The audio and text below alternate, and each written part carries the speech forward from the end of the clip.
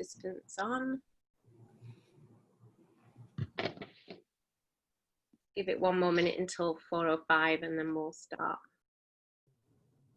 Everybody, really excited that we've got a large group of people on the call today. We're talking about telework, the benefits, best practice and pitfalls. And my name's Lisa Jackson and I'm a volunteer for 350 Bay Area. And I'm actually working from home in Walnut Creek today. And I'm glad to say the quality of my air index is green today. And I'm hoping that some of you have experienced some good air quality over the past couple of days. We're going to do some housekeeping first. So if you could keep your phones muted and your videos turned off so that the speakers are the only ones showing, that would be appreciated. And if you put your screen, your Zoom screen on speaker view, then you should see the speakers that are talking will appear on your screen. So I've got a quick question for you all.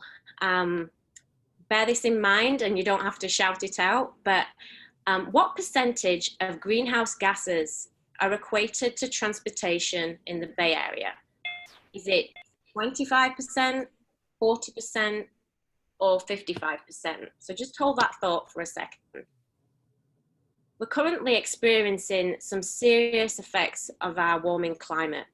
We've got extreme heat days, we've got these intense wildfires going on, and they're having a direct impact to the quality of the air that we're breathing. It impacts our health and the overall quality of life in the Bay Area. This is on top of all the devastating impacts caused by the COVID health crisis, which has changed how we live, how we work, and how we travel. So here's the answer to the question. We've got to look at coming up with some solutions. Pre-COVID, transportation accounted for 40% of the greenhouse gases in the Bay Area. And now because of COVID, public transportation's taken a huge hit. So that number might even go up. So we need solutions that will encourage less private vehicle use so we can keep reducing greenhouse gases and the pollutions in our environment. So what's all that mean? We're going to tackle some of these questions today, and I hope that you'll learn about the pitfalls about working from home and what it means to the planet, to employees, and to businesses. I'd like to introduce the three speakers today. I've got some great, amazing speakers on with me today. Lister is the president of Global Workplace Analytics. Kate is works at the president there as she's researched. It's a researching consultant firm that helps organizations optimize workplace strategies for more than a decade. In July this year, she was one of only 3 witnesses invited to testify before a US Senate committee on the expansion of telework in government post-COVID-19. Welcome, Kate. Glad to be here. Carl Gardino serves as Executive Vice President of Bloom Energy. Prior to that, he served for 24 years as the CEO of the Silicon Valley Leadership Group. It's a public policy trade association that represents more than 350 Silicon Valley's most respected employers. He is also a four-term gubernatorial appointee on the California Commission. Welcome, Carl. Honored to be with you. And we've also got Cindy Chavez here. Cindy's president of the Santa Clara County Board of Supervisors. It represents more than 500,000 people in the Central and South San Jose area. She's also the vice chair of the Bay Area Air Quality Management District. Her visionary policies include everything from affordable housing, improved services for foster children, healthcare for all children, an extensive agenda for the protection of women. Welcome, Cindy. Thank you. Excited to be with all of you. Okay, so I'm going to start off today. Kate, I think you could set the stage for us by giving us an overview of what are the main areas of consideration when looking at telecommuting. Sure. I have a lot of history in this. Go to the next slide, if you will. I've been pushing this rock uphill for 15 years, and now it feels like it's chasing me down the other side.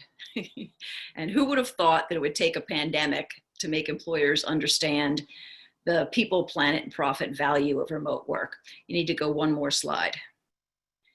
And yeah, there we go. There we go. Now you need to go to the next slide. Moving fast here. What drives remote work over the years changes, but the top three are always increasing productivity, reducing costs, and attraction and retention. Unfortunately, sustainability, at least in the US, has been very low on the totem pole. Continuity of operations, in other words, disaster preparedness, has not been very high, but I do suspect that in the next round of surveys that will have moved up a bit higher. But next slide. Not to be crass, it doesn't matter what you call it, whether it's increasing productivity or attracting talent or improving work-life balance. The reason those things are important to the C-suite is because of the connection to the bottom line. So if you want to get the attention and the continued support for remote work, that's what you need to show them, the bottom line impacts. Next slide. In 2016, the General Accountability Office was asked by members of Congress to investigate tools that would help agencies quantify the impact of their programs.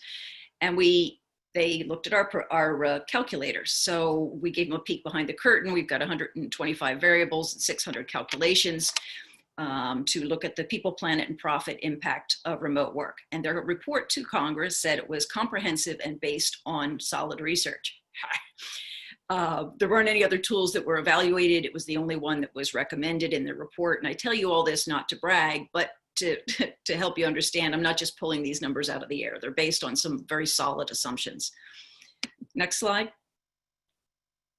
So people are fond of saying that you can't measure productivity in the information age. They're wrong. We're paid a wage to work, right? So if we miss a day here or there, the employer's not getting the full value of that salary. But it's not just about sick days that rob employers of productivity, it's minutes too. You know, if you do the math, take that $65,000, it works out to about 70 cents a minute. And that may not sound like a lot, but it can add up quickly. Go to the next slide. So these first three things, productivity, absenteeism, and continuity, all relate to the productivity issue. And we'll talk about those separate, and then we'll talk about office space, and we'll talk about turnover. And these are the primary savings to an organization, the kinds of things that you need to stress when you're trying to defend your remote work program or expand your remote work program. Next slide. And those, by the way, are the assumptions that we use in our model. I'll go through them as I go through here. So a study by Microsoft showed that employees are interrupted every 3 minutes. And once they're distracted, it can take as little as even as little as 60 seconds. It can take 15 to 25 minutes to recover. And if that's not a bad enough hit to productivity, consider that all that leads to stress and frustration and even physical health problems. A global survey that we did with a partner firm, Iometrics, just at about month 2 into the pandemic, showed we had about 2,500 global employees. They found that people said that they lost 35 minutes a day less at home because of fewer interruptions. Now, you know, that's during a pretty tough time of working at home with children screaming and homeschooling and sharing internet and all of that. If these were normal times, I think that gap would have been even bigger. So, you know, that's a difference of 35 minutes a day. Next slide. And what that adds up to over the year is $306,000 for every 100 employees. So, you know, this isn't chump change. Minutes count. Next slide. The other element of productivity and the reason that remote work increases productivity is that people typically give back 50% of the time that they would have otherwise spent commuting. And we've found that study after study for the last 15 years. Run the numbers of giving back that 50% time. We're talking about $260,000 for every half-time 100 remote employees. And I use the half-time number because that really is the sweet spot. And based on that survey that we did and a number of other surveys that we've seen, that's what people want. They want to work from home about half of the time. You know, they want to come into the office, they want to see their friends, but they want to be able to do their concentrative work at home. Next slide. Of course, the ultimate reduction in productivity is not coming to work at all. And our compilation of studies over the years has shown that remote work reduces absenteeism by about 30%. I mean, the largest cause of short-term absenteeism is not being sick, but being sick and tired of going to work. And so, people that are allowed to work at home are able to miss the office politics if they're, not that sick. They may be able to work at home in their pajamas. They just don't want to get dressed up and go to the office. We have this culture of, we've got to drag our sick bodies to the office, and it's bad for everybody, as I think we've learned in a very pronounced way in these last few months. But okay, let's take that 30% reduction in absenteeism. Now we've got about another $100,000 a year in savings. Next slide. And then there's disaster preparedness. So we've always had this in our calculator. That calculator is about 12 years old. But we only assumed 1 day of missed work because people couldn't get to work. Typically a snowstorm or a bridge failure or a road closure or something like that. Never did we anticipate 5 months, 6 months of not being able to go to work. And for every day people don't get to go to work, that's a $32,000 a year loss to the company for every 100 employees. So that's kind of the productivity picture. Let's move on to real estate and what the benefits are to an organization for, in terms of being able to reduce real estate, which, as we've seen in the news, an awful lot of companies are planning to do. Next slide. We conservatively assume that a company can reduce its office space by about half of the frequency of remote work. So if we're talking about half-time remote work, we're assuming a 25% reduction in real estate. Now, again, we've got study after study to prove that this has worked in real life. And so across the 100 employees, again, that's a savings of $250,000 a year. Next slide. And then finally, turnover. The people, in terms of turnover, we know that being able to work remotely is a good perk. People don't want to lose it. And if you run the numbers on the saving of just a 7% reduction in turnover, that's a saving of $64,000 a year. Next slide. So, I mean, what's it mean at the bottom? It means about $1 million in savings per 100 employees for just half-time remote work. I mean, those are big numbers. And on top of that, next slide, it's a benefit for people. So we've got the profit part covered. People, it saves 3 of their most precious commodities: their health, their sanity, and their time. They save about 14 days a year not playing in traffic with half-time remote work, and about $6,000 a year in associated costs. Next slide. I guess I actually did this one.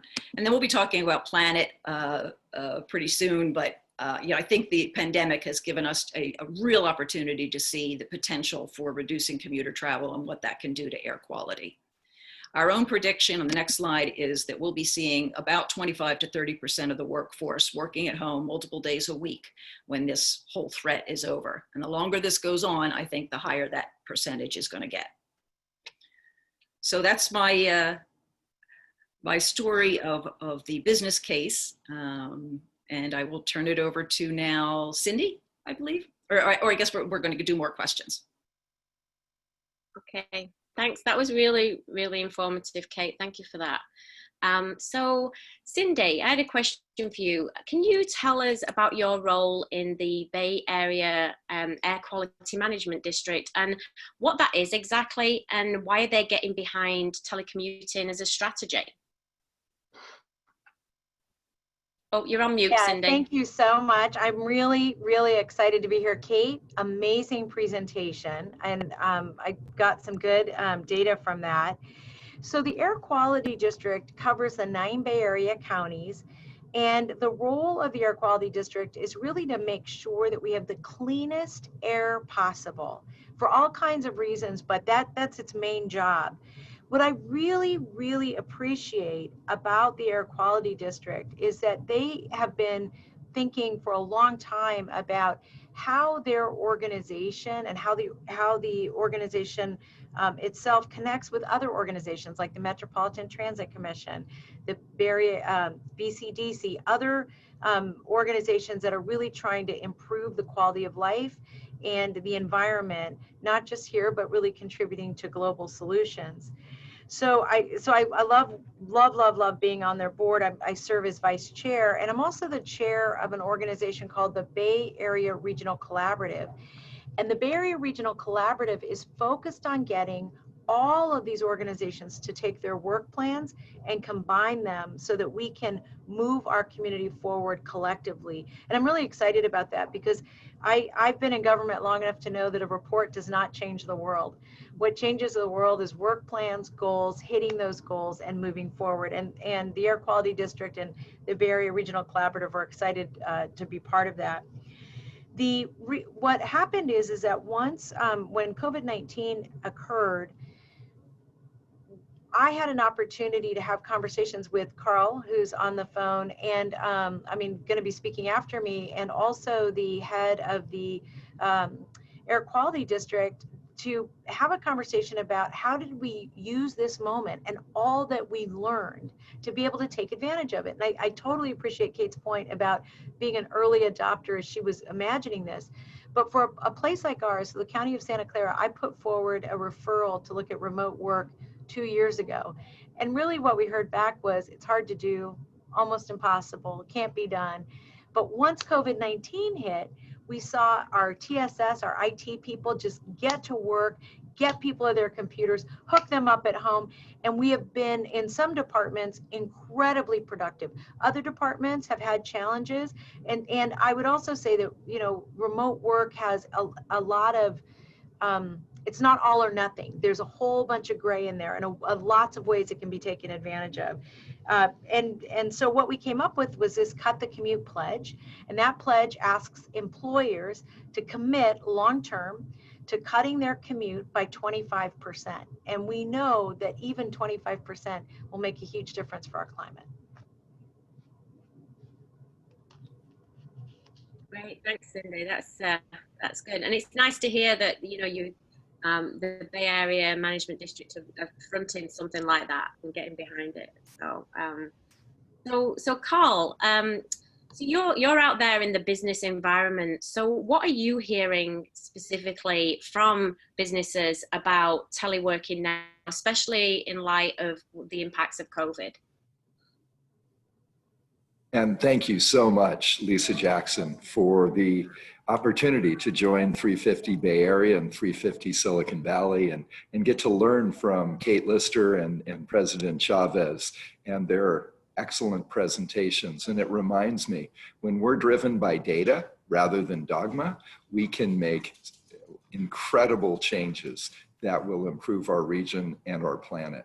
And what we're hearing clearly from the employer community throughout Silicon Valley and the Bay Area is, while Kate said we may not have come to this point easily or intuitively to allow more teleworking, we certainly have the opportunity now. In fact, when I was leading the Silicon Valley Leadership Group, we surveyed our 350 members about 6 times between April and mid-July.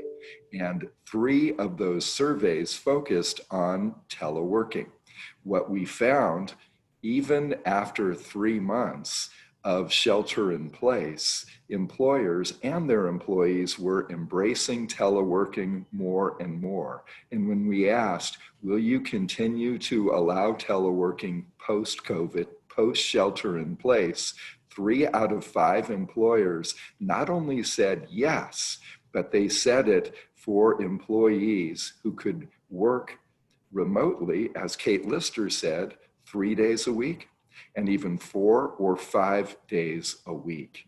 And that is a game changer for our air quality, both localized air pollutants that the Bay Area Air Quality Management District, where President Chavez is so appropriately focused, as well as greenhouse gas emissions, and on traffic relief, which is a huge stress reduction for workers who can be, as we've shown, just as productive as home. Now, here's the only item that I would love to hear the feedback from Kate and President Chavez about that we need to consider. Not every job can be successfully done remotely. At Bloom Energy, where I am now, we have manufacturing employees. They're also essential employees. They cannot do their job remotely. We also don't have everyone in situations, regardless of their line of work, that can successfully work from home, or certainly can't do it every day of the week. And that's okay. We have to embrace the fact that we're all different. We have different jobs and different home lives and experiences that may or may not be conducive to teleworking. But we do know, as President Chavez said, that we have an opportunity to cut the commute, to have teleworking, we believe, by about 25%, and that would be significant. So what are we looking at here? We're looking at a global health pandemic that is based on respiratory issues, while we're trying to address air quality issues to improve on respiratory issues. We have an economic downturn that has come about from this global pandemic. We've seen some of our worst air quality in any of our lifetimes, and we're sheltered in place. What we have to do is realize that what we're going through, as difficult as it is now, is temporary. We're going through a pandemic. We're not going to permanently stay in a pandemic. And as Winston Churchill once said, when you find yourself in hell, keep moving. We will get through this, but what an opportunity we will have lost if we don't learn from it. And one of the biggest learning for private sector employers, and I believe public sector employers as well, is that we can trust our employees to do great productive work if we help set them up for success for those jobs that can be done successfully remotely. That's great. Thanks, Carl. It's good to hear what that they've been doing those surveys and got all that information. And so, Kate, there was a question in there, I think, that Carl threw at you, and I'd actually got that as one of my questions as well. Is what about the people that can't work from home? How do we ensure sort of level of fairness if companies bring in a work from home policy? How can we ensure some fairness for the people that don't get to take that on board? Yeah, this has been an issue, ever since we started talking about telework in 1973, believe it or not, when the term was first invented. It ought to be embraced as creating a culture of flexibility and a culture, I love, Carl brought the word up, trust. Flexibility and trust and control. I mean, people are just desperate for control. In fact, the employee satisfaction goes up when they're offered the opportunity to work remotely, even if they don't take advantage of it. You think about a Saturday, you've got things to do, you have errands to run and all of that, but you're doing it on your own time, and you're doing it in the sequence that you want. And that's so it makes a Saturday feel better than a work day. And that's what we need to do more of. And for the people that can, we can't create a situation of the haves and have-nots. People that have to get to work, they need something in it. There has to be something in it for them too. So maybe they're going to get out of this, they're going to get better technology. Maybe they're going to get an easier drive to work, because now the roads are not as clogged. Or maybe if they're someone that uses, a driver, a truck driver or something, their job is going to be easier. Also a whole suite of flexibility, like flex time, time off, staggered start and end times. I mean, even something as simple as staggered break times, that people get to, in fact, choose when they take a break, has shown to have a huge impact on productivity and employee engagement. So, there's all kinds of things that we can offer people, and not everybody's going to have access to the same opportunities, but they need to have something. There has to be something in it for everyone. Great. Cindy, do you have any comments on that, or Carl? I will add one thing. First of all, I really appreciate that many of the conversations that I'm involved in now we have people talking about equity, and it was just not something that was a common way of us thinking as a society. And, you know, for many years, just from my background, I worked in the labor movement. And, you know, when I look at issues around fairness and equity, I try to think about them in a very global way and also in a very personal way. I think one thing we have to recognize is that as a society, we need to have less and less single occupancy rides in fossil fuel vehicles. And so the question I think that you asked is a really good one. So for example, if you're commuting to work, is your commute paid for by your employer? If you're using public transportation, if you're walking to work or biking to work. So as an example, you know, I had a commissioner come up to me and say, you know, used to get paid per mile when I drove to these meetings, but now I'm riding my bike, but there's no incentive for me to ride my bike. And I thought, well, that is a great point. Like if we mean to incent healthier, better behavior, then we have to really think about that in terms of the way we structure rules and environments. And I just want to reinforce one of the points that I think that is really critical that Kate raised, and that is that as we think about how we incent and create opportunities, there's lots of roles for public policy to play in that. You know, whether that's rideshare incentives or free passes or, you know, financial incentives. And I really want to just reinforce the point about flexibility. I think that really high functioning work environments are really rooted in trust, and they build in flexibility because you want the best people you have to do the best job they can. And part of that is based on them feeling like they're real partners in the organization they work in. And if I may build on that as well, and thank you, Lisa, for asking me to do so, that is the key word, trust. I don't know if President Chavez remembers this, but about 20 years ago, we were in a leadership training class together for a year, and a week of that class was going off into the woods for a week of these 20 leaders, many of whom didn't know each other before that year together. And we were sitting around the campfire one night talking about telecommuting and work from home. And one of the other executives there said, candidly, I don't trust my employees. And it was such a lesson for me because even then I had a very, what would be called liberal telecommute policy and telework policy, because it's learning how to manage by objective rather than to manage by sight. And what went through my mind, if not through my lips that evening, was, if you don't trust your employees, why did you hire them to begin with? And it's just a reminder, if we take care of our employees will take care of our business.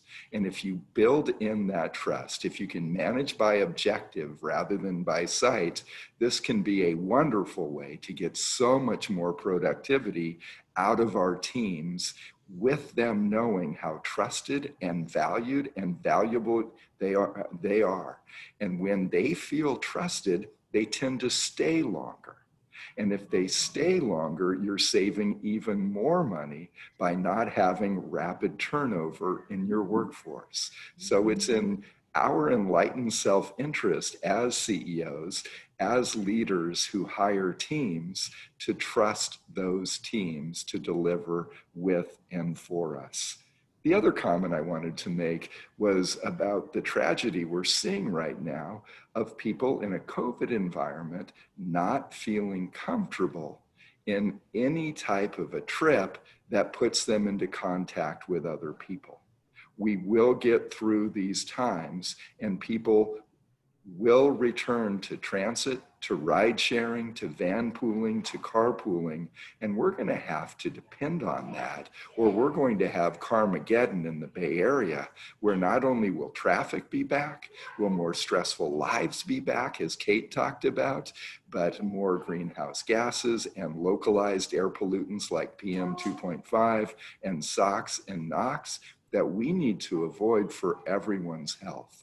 It's why President Chavez worked through so hard to get the Caltrain ballot measure that the Sierra Club and the League of Conservation Voters and others are supporting in the 3 Caltrain counties on the November ballot. It's why so many of us have been champions for transit and more urban development around transit stations, because people are going to need options, or we're not only going to go back to how bad air quality and traffic were pre-COVID, we're going to go back to a situation that's even worse. It's true. So delving down a little bit more on that, Carl, because you brought up some good points there.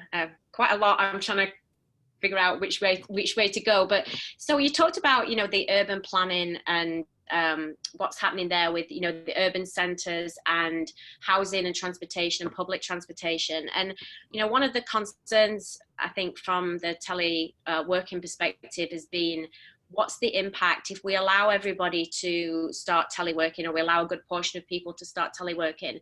Are we going to encourage sprawl? And are we going to move away from these years of being able to, of planning around, the urban center and the public transportation?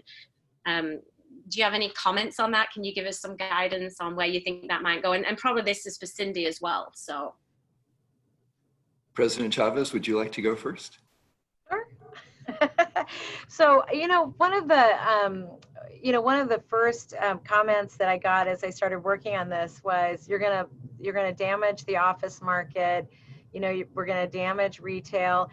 And the truth of the matter is that I think one of the most important things that we have to think about, besides climate change, because climate change is the overarching, inescapable existential threat to the whole planet. But in addition to that, we need to think about how our lives need to change to sustain life on the planet. That's the first thing. The second thing is, as a region, one of the things that makes Silicon Valley so amazing is these great universities, the best and the brightest, coming here to innovate and think. And when people want to leave, the reason they want to leave, one of the first things they talk about is congestion and traffic. And so the reality is by having fewer people on the road, we're going to improve everybody's quality of life. The people who have to get from point A to point B more quickly, who have to be in an automobile, we hope, not fossil fuel, but have to be in that automobile, are going to be able to do so more effectively, efficiently, and safely. So this is about us reimagining our communities. And here's the other amazing thing. If Office A is using less space, is using less space, then the emerging company B, can get on one of the floors in that building. Like, one of the challenges we have is that we've got to make this a place that small companies can start here and innovate. Right now, small companies find the best place in the country to go start their companies. We want that to be here. We don't want that to be anywhere else. So I think this is a win-win-win, and we can take advantage of it in a way that really does raise all boats. President Chavez, let me start by saying amen and build on that. People who don't learn from history and mistakes are bound to repeat them. Now, remember, this is not the first tragic global pandemic that we have faced. It was a little over 100 years ago with what was called the Spanish flu, where on a much smaller global population, at least 50 million people lost their lives. Did that end cities? Did that end urban cores? Did that end transit? No, it didn't. We need to realize, when we're in the thick of challenging times, that we will get through it. There will be a vaccine. We are so fortunate to have so many brilliant minds around the world working on innovations through biotech, through pharma, and there will be a vaccine. We will return to transit. We need to make sure that we continue on a path that we know is more sustainable for our communities, for our families, and for our globe. And so transit-oriented development is still what I am bullish about, no matter where I'm working or what my role is, because I know it's going to be ultimately better and more affordable. and what President Chavez just said about the office space market. Do we really want to chase nonprofits, small businesses, and startup innovation economy employers to go elsewhere because they cannot afford rent here? We absolutely don't. That would crush the innovation economy that has fueled our region throughout the world. We need to continue to do that. And as we do it, when I say fueled, just has to be on clean fuel. And we can do that as well. Kate Lister, I would love to hear from you on this around urban cores as well, to see if your research has shown something different. But I still am bullish on urban cores with strong, integrated, world-class transit as a core. I mean, we're seeing that with a lot of these companies moving out of those urban cores, it's not that they're moving out entirely, but what will probably replace it is more of kind of a hub and spoke model. And I don't actually envision those spokes as necessarily owned.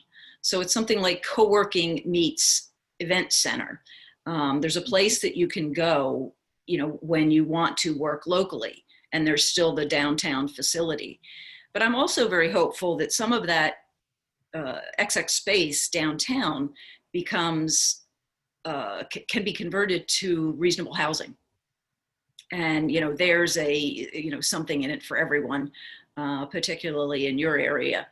And that as you begin to, I live in San Diego and the traffic is not as bad here, but, when we first moved here 20 years ago, we would go downtown and see a play and, walk along the waterfront and all of that. We just don't anymore because you have no idea how long it's going to take you to get down there and get back.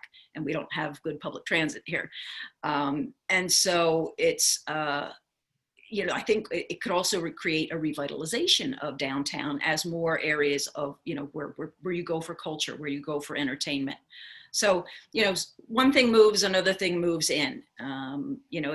Let's not pretend that the model was working very well to begin with. And let's use this as an opportunity to do it better. Yeah, I agree. So Kate, just on going sort of switching subjects slightly, and I'm going to come back to the information about, people that are working from home. We'll come back to that. But in terms of a company, we've gone through this forced transition really, for where a lot of people work from home. And as we sort of move away from that, and hopefully it's a decision that companies are making, but what have we learned in the past few months? What have we learned? What can businesses do? And what mistakes have they been making in the past and through COVID, really? So what can we learn from that? Yeah, this is something that working with an enterprise company, we might have spent 6 months to a year, even longer, to roll out, and bam, overnight they're supposed to be good at it. And in fact, they were quite good at it. I mean, it kind of made me feel bad, but they didn't really need all that much help. But the cracks are starting to show. And now what we have to do is we need to go back and we need to formalize, because most companies allowed remote work to happen. They didn't make it happen, or they didn't intend for it to happen. And therefore, they don't have the practices and the protocols and all of the equity issues resolved. So that's something we need to go back and do. And we need to formalize those programs. And we need to go through every layer of the organization and say, okay, what does this mean to HR? What does this mean to IT and to real estate and to sustainability and to risk management, and integrate all of that so that we're coming at it strategically rather than tactically? Because historically, this is, as I showed in the beginning, this is something that was driven out of real estate to reduce costs, or driven out of HR to attract talent, but they weren't really talking to each other. And you don't get that $1 million in savings unless you're doing it as a holistic, strategic initiative. And I think that, another silver lining here of COVID is that this has lofted the conversation to the C-suite. They're talking about this, and therefore it'll come as a top-down initiative. But we can't ignore training. People they got through on the technology, they got through on training, but there's still need for training. And change management, you know, when they go back to work, those that do, it's going to be a different place, not just in the interim, but in the longer term. You know, maybe they're not going to have an assigned seat. Maybe they're going to have what they call a hoteling space. We need to be thinking about how employees feel. And speaking of that, we need to be thinking about their mental health right now and in the months going forward. Because, you know, this has been, you know, truly stressful in so many ways on people. And we have to understand they bring their whole self to work. We need to deal with that whole self. What Kate just said resonates so much, and I'm learning so much from being on this panel today. By the way, it's not every panel I get to do in a normal time that I get to wear my pajamas while on the panel. So thank you for that. But you know, the way I see it is we need to make sure that companies are fit for this. And I'm going to use that as an acronym, FIT, F-I-T. First, we need flexibility. Second, we need to institutionalize. And third, we need to trust. So FIT, F-I-T. Steal that. Please do. It's not patent pending. Wow. So flexibility is, again, we need to recognize that every person on our teams is a unique individual with unique needs, and have a little grace as we build in this time. Because even if you have a job that technically you could work remotely, doesn't mean that that's a perfect fit for you.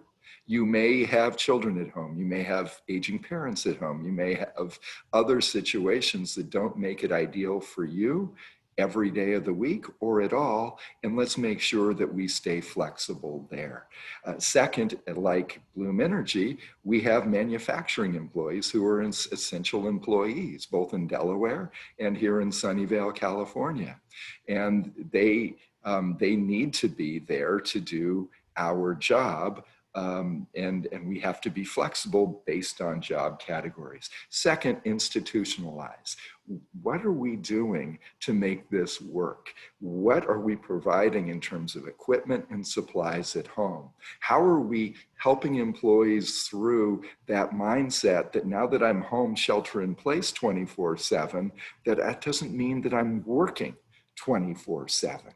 And a lot of folks, especially in the innovation economy, feel that if they're working, they have to stay working. Well, now their home is their work and their work is their home, and they don't know when to turn it off. And at Bloom Energy, we tell people 12-1, shut it down.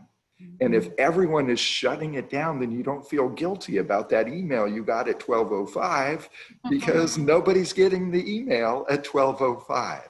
So that's a constant conversation of how we institutionalize teleworking. The T we already talked about, and that's trust. We have a policy at Bloom Energy. If you think you have COVID symptoms, please stay home and we will pay you. You don't need a doctor's note that you have COVID or COVID-like symptoms. We will pay you. It won't come out of your paid time off. It won't come out of your vacation time. You are going to take care of yourself, and we trust our 1,200 US employees, our 1,600 global employees to do the right thing. So let's make sure our companies get fit to take this on and keep it post-COVID. Love it. That's great. So let's just sort of switch gears a little bit. I want to talk to Cindy about a little bit more about the impacts on the air quality and with teleworking and the potential impacts of that. You know, pre-COVID, you know, I think the Bay Area was really struggling to meet its targets for greenhouse gas reduction as our population grew. And those targets, you know, are set with, you know, set by the state. And then we have obviously our own targets as well within each of the regions. So how do you see the teleworking being as part of the strategy, helping us to meet those targets? Have you seen any information coming out that says that that's really going to help deliver some of those targets that we're struggling to meet? If you look at the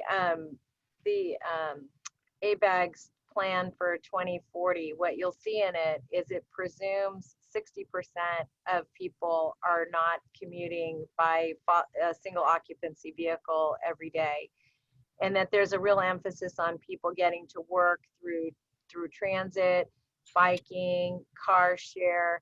And so I think, first of all, I think that's going to be a really hard number to hit. But because I know that you have both in Silicon Valley and in Contra Costa County, and 350's just really played a big voice in helping us really focus on climate change as a region. What I would say is that I think that now is the time for everybody to weigh in, talk to employers, talk to your cities, talk to your school districts, talk to your college districts, because right now people have an opportunity to determine how we grow back. And you don't get, we're not going to get many of these opportunities, I hope. And so let's take advantage of the one that we have. And what we know is that not only have we had some of the cleanest air, I know for those of you who live in this area that if you took a walk anywhere, here in San Jose, I was out at the Alviso Slough and looked across, and I could see Stanford University clear as a bell. I could see the tower, and so we know that it's reduced NOx and SOx and all of that. I think though the question really is, how do we, to Kate's point, how do we keep the boulder chasing her downhill?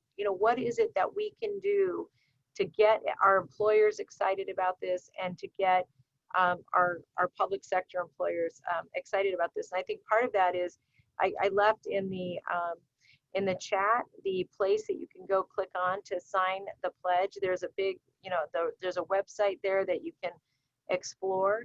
But we're really asking folks to get their employers engaged, and to get their cities and their counties and their region to play a leadership role in deciding that leading to fight climate change is one of the things that we want to be known for around the world. That it's not just technology, it's actually taking the steps we know are better for the health of the entire planet. Great. Do you have any comments to that, Kate or Carl? Just frustration over how low it has been prioritized over the last 5 to 10 years. And but again, I don't think we've ever seen it so clearly. That wasn't an intentional pun, but I recycle, but I don't really see that changes anything. But when you don't drive to work for 3 weeks and the air is cleaner, I mean, that's something that we're going to continue to notice. And I think this is one of those trends that, like so many, COVID didn't start it, but it's going to accelerate it. We were already talking about ESG, environmental, social, and governance reporting, and becoming more important, even required in some countries. And so I think the more that we can push that, and the more that we can push some of the large players to be vocal and show the way, I think the more successful we'll be. They've got to stand up and they say, hey, we stand for this. And then others are going to have to, because companies are voting with their feet, consumers are voting with their wallet, investors are voting with their bank accounts. They want to invest in sustainable companies. Wow, so well said by both of you. 2 words: silver linings. We're in a global pandemic with the economic downturn that has impacted so many of our neighbors in such challenging ways, and we have to work on those issues, and we will. But the benefits that we're seeing that we can build upon, we cannot lose sight of those. We've talked a little bit about the reduction in road traffic, the reduction in localized emissions like NOx and SOx and PM 2.5 and greenhouse gases. The European the recent European Space Agency satellite of places like Beijing and Italy. It's just amazing how much pollution we have cut. That's wonderful. But there's been other benefits as well that if we can continue in these telework practices, we can improve upon. The Center for Research on Energy and Clean Air recently revealed that we've had 1.3 million fewer days of work absence while sheltered in place, 6,000 fewer kids developing asthma, 1,900 avoided ER visits, 600 fewer preterm births. There are amazing benefits when we actually learn the lessons, the silver linings during COVID, if we can continue to apply them post-COVID on how we get around to and from work and other places in which we are traveling or don't need to travel anymore. That's what I've been committed to. I know that President Chavez, through her Cut the Commute pledge, which I hope is in the chat box, that public, private employers, for-profit and non, will embrace, because if we stick together, we're going to build a much better region, state, and nation in the process. Well said. Great. So we're coming up to the hour. So there's a few questions in the chat, one of which sort of ties in with a question I was going to ask Cindy, if you can maybe address this. So, in terms of, people working from home, we obviously want to reduce the amount of time traveled in a vehicle, but also the vehicle, the amount of emissions that vehicles are putting out. How can we encourage, or how can policymakers encourage that when people work from home, they just don't spend the same amount of time in the car doing short trips at home? Are there things that we can do from a policy standpoint for that? I think that we have a great opportunity with our partnership with the Air Quality Management District. And the reason we have such a great opportunity with them is that they're right now in the process of reshaping our campaign and our communication so that we really are helping people understand what the concrete benefits are, the environmental benefits, the mental health benefits, all of that, so that we get people's buy-in to a new way of being. And really looking at how we make sure that people understand that, even building trips together instead of taking single trips, how do we help people understand that? And that's a body of work that we're going to be doing with the Air Quality District, which I'm really excited, and I hope we're going to have a partnership with 350, because I think you all reach so deep into the community that really making these more commonplace ways of thinking and acting are a part of our life. I think the other thing that we can do is that really helping people take a look at options that are not car-based, getting on your bike, walking, taking public transportation. And public transportation is going to really require our advocacy for its health, because as Carl pointed out, people are very fearful. They're starting to drive again, walk again, and ride their bikes. And the only mode of transportation that's not increasing right now, its usage, is really public transportation. So there's a lot of education that we have to do. And I think it's going to take us to change community norms. That's going to be our job. And I'm going to build on that, if I may, quickly, about those short trips. Hey, here's something good, another silver lining. I now know who my neighbors are. We're all out walking, not this last 10 days with this terrible air quality issues we've had in California because of wildfires and heat waves. And that's a whole nother topic that we need to explore. And I hope we will at another time, because there are solutions to these challenges that we're all concerned about. But we actually are getting to know our neighbors because we're all taking walks, and a lot of us are doing those short trips to the store, to the corner market, etc., on foot or by bike. And that is something else that we need to hold on to post-COVID. Yeah, great. So I've got a couple more questions. If everybody's got time, I just want to ask a couple of questions from the chat from people in the audience. So one of the questions was, how do we prevent telework as a normal business practice from disadvantaged parents, especially if COVID continues to make childcare assistance so difficult to arrange? Any of the panel can take. I'm sorry, say the first part of the question again. I didn't hear it.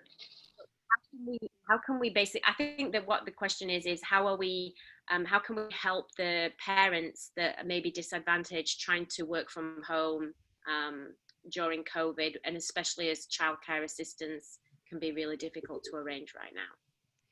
Well, one thing that I think is hugely important is it's not just about flexible place, it's about flexible time. You know, we've got to get out of the 9 to 5 mindset. Some people work best at 3 in the morning. Some people, you know, want to spend more time with their children and need to intersperse their work and their life. And so we need to get rid of those rigid lines of the work day. What most companies are doing is creating kind of core hours that, you know, these are the hours that you need to be available. But outside of that, we trust you, you know, do your work when you can do it. I'll just add something very quickly, and that is that we do have to make sure that as at a national level and at a state level, that we understand that childcare issues are all of our issues. Like, they don't just belong to that single parent or the disadvantaged parents, because really we have to prioritize good quality childcare. And there have been a couple of attempts at the federal level. I'm forgetting the name of the member of Congress, De La Rosa. What's the name? But anyway, there's some pieces of legislation that have been moving at a national level, and let's write our letters and let's get in there and have a fight about it. And same with the state. You know, it's funny, I still think, even as we're celebrating the 100th year anniversary of at least white women's right to vote, that we do not prioritize what we think are the responsibilities that go in the gal category still, because if we did, there would be nothing that would be better funded than childcare and our schools. So I would just say, let's stay in there and fight for that too. Right. So I think we're coming up on the hour. So I just want to say, you know, really big thank you to all of the presenters today. It was a great conversation. I hope the audience got as much out of it as I did. And I really appreciate the time that you spent, you know, on with us today. And I just finished by saying, in chat, we did put a couple of links for some resources. We've linked to the Cut the Commute pledge. So if there are any businesses out there looking to see how they can implement this type of policy, you could sign up for the pledge, and it all goes to making sure that we're moving in the right direction in the Bay Area. And from 350 Bay Area's point of view, we also have a business engagement program through our business engagement team. And we've put the link on there as well, which gives businesses and organizations plenty of other ideas of how you can help address climate change and the emissions, the greenhouse gas emissions. So again, thank you so much. If there's any final comments that any of the speakers want to make, I'd welcome them. I want to say thank you. Yeah. We have a ton of free resources on our website, Global Workplace Analytics /white papers.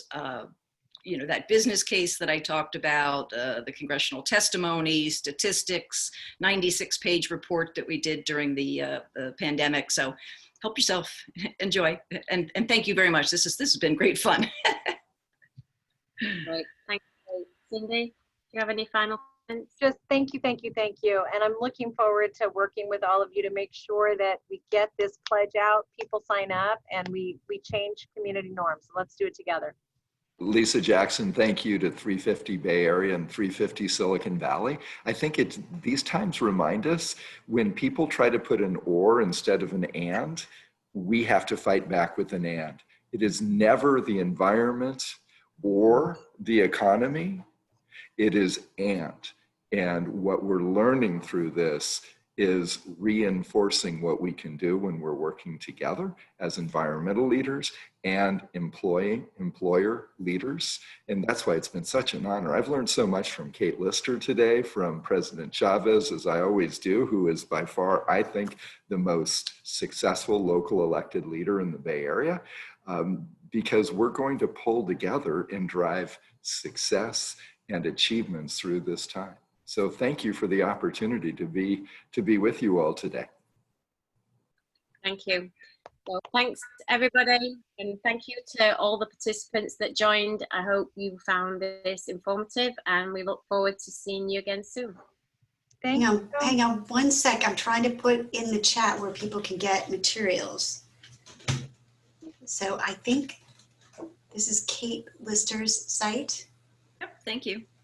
And we will have the recording available. So I have no idea where we're going to put it. It'll be somewhere. Coming soon to a theater near you. Exactly. I would check into 350bayarea.org. In fact, do that anyway. It's a great site. Thank you. Thank you. Great. Thanks so much, everybody. Bye-bye.